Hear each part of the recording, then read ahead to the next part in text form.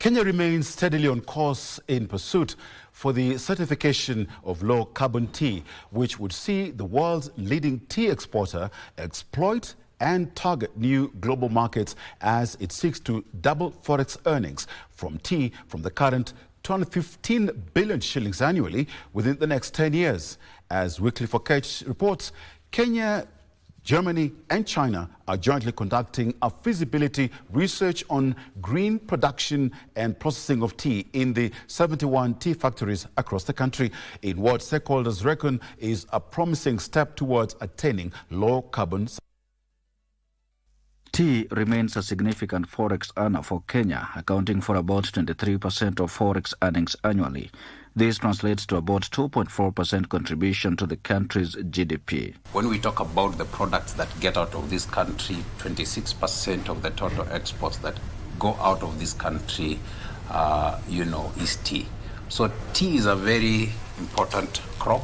A viable option in doubling forex earnings from tea from the current 215 billion shillings annually is certification for low-carbon tea to enable Kenya target new markets. When you have it conforming well, you are also able to penetrate markets that you will otherwise not be able to go to. And this is good for us, especially Kenya, because we export a lot of our tea. This means Kenya must purpose to decarbonize operations across the tea value chain.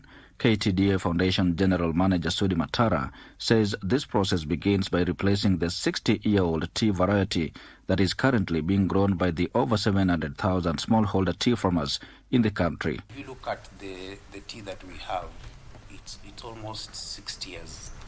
Most of the tea that we have, it's moribund, it's not high yielding. But through the Tea Research Institute, we have all these clones that basically fit in different ecological zones. So already we have those ones, but the problem that we've had is the challenge of how does this smallholder farmer replace this tea? And they will lose income for about 2 to 3 years. So those are some of the challenges that we need to look at, and that's why we look at other options such as diversification. You help this farmer diversify. In fulfillment of this objective, Kenya is collaborating with Germany and China in conducting a feasibility research on low-carbon tea production with the goal of being certified within the next 10 years. We want to make sure that tea is also recognized as a carbon sink because it has not been recognized as such. And once we have this, I think we'll be able to increase the value of tea. Already, new tea varieties said to be high in yield and low on carbon footprint are being developed. The current ones that we have and low, they're producing low yields.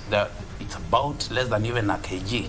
But the new cultivars that we have from Tea Research Institute would just double that. From the production stage, which generally deals with tea growing and harvesting, the processing stage is the next critical step where carbon emission must be limited, if not eliminated entirely. To hasten the journey towards Kenya's certification for low-carbon tea, there needs to be policies that necessitate green production of tea in all the 71 tea factories across the country. Several tea factories across the country, including Nyansiongo and Matunwa in Nyamira County, are already embracing green processing of tea by adopting the co-firing concept for energy sourcing. We understand the dangers about the global warming, and also the danger that in future, if we are not concerned about this, we may have challenges even about the tea production. And in terms of decarbonizing our operations as an organization, we have quite a number of interventions that we've carried out. 17 of our factories are on our own grid.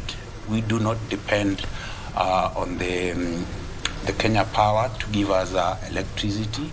And you can see that the cost of production has gone down, and even the amount of carbon emissions has gone down. That's one of the things that we've done. Also, we've gone into solarization as an organization. Once carbon footprint has been limited at the production and processing stages, the focus then switches to marketing, which will be hinged on the blockchain technology to enhance traceability. Technology is coming again, and we must be able to trace that this is CTC black and it's coming from this particular factory, and we know that these factories have already been certified. And so whatever they are getting out there is something that is clean, climate smart produced.